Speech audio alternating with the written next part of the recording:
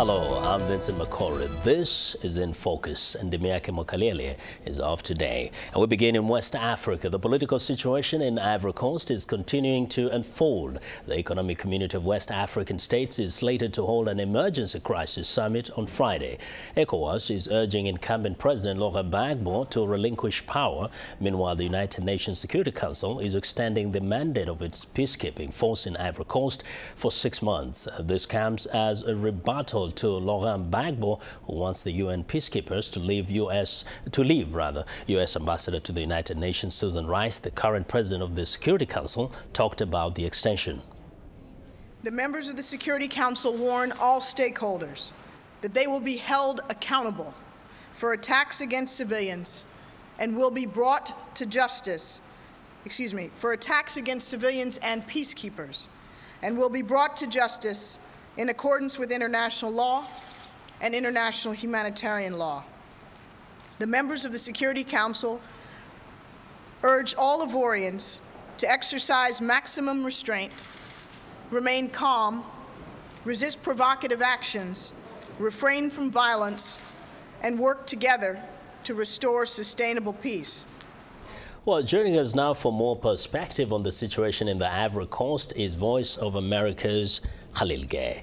Welcome, Khalil. Thank you, Vincent. Now, we're all listening to what's happening in Ivory Coast. And, I want to remind you of this African saying that when two elephants fight, the grass always suffers. Give us a sense of what you're hearing about what's on the ground, what's happening right in Ivory Coast among the citizenry.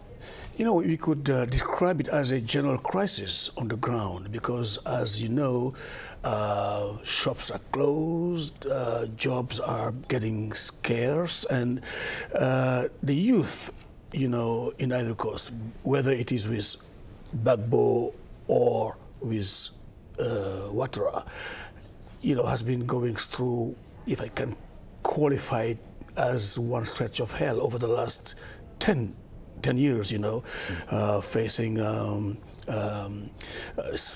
the crisis linked to unemployment, So we have a mass of young people who have been unemployed for prolonged periods of time, who are frustrated by different things in the country, and now here's the situation. Yes, and in this situation, what has been qualified as France's interference in the internal affairs of Ivory Coast. What the young Ivorian knows about France is that they've been going to the consulate for visas and they've been denied visa. So they're much more prompt to react against anything coming from France than from the UN. Until now, they've been kind of nice to the UN, but France may pour oil on the fire in the situation. So they're not very excited about France at all. The young people. And last 2 days ago, Gueye, who is the leader of the youth around Gbagbo, said we're ready to die for this, okay?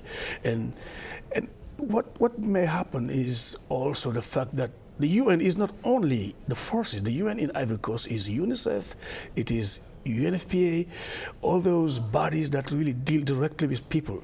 UNFPA has a very strong program in Ivory Coast, regarding fistula and all the women suffering from diseases in the north. So if you say you're kicking out the UN, you're actually causing more trouble to the people. Yeah, right.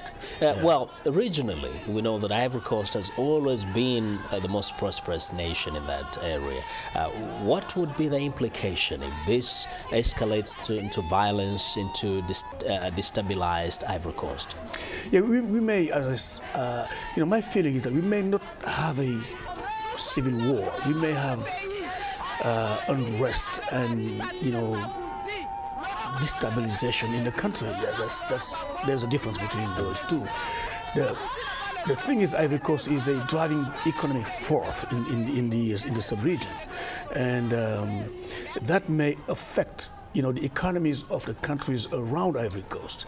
You see that Ivorians are leaving Ivory Coast in mass movements, to neighboring countries, even to countries which used to be considered as not safe, you know, like Liberia, for example. Yeah. Yeah. So that tells you how the situation is at home. That it's uncertain, and the youth or the people generally are not very hopeful. Definitely. But is there any way in which you think Alassane Ouattara can actually hold power if Mr. Gbagbo refuses to relinquish my feeling is that they're moving. The best solution would be a power sharing, and I think that's what Gbagbo was trying to do. But the UN refuses that because that's going to be a blow to the face of democracy. Exactly. Yeah. Thank you very much. Many are not very excited about that. Khalil Gueye, the Voice of America.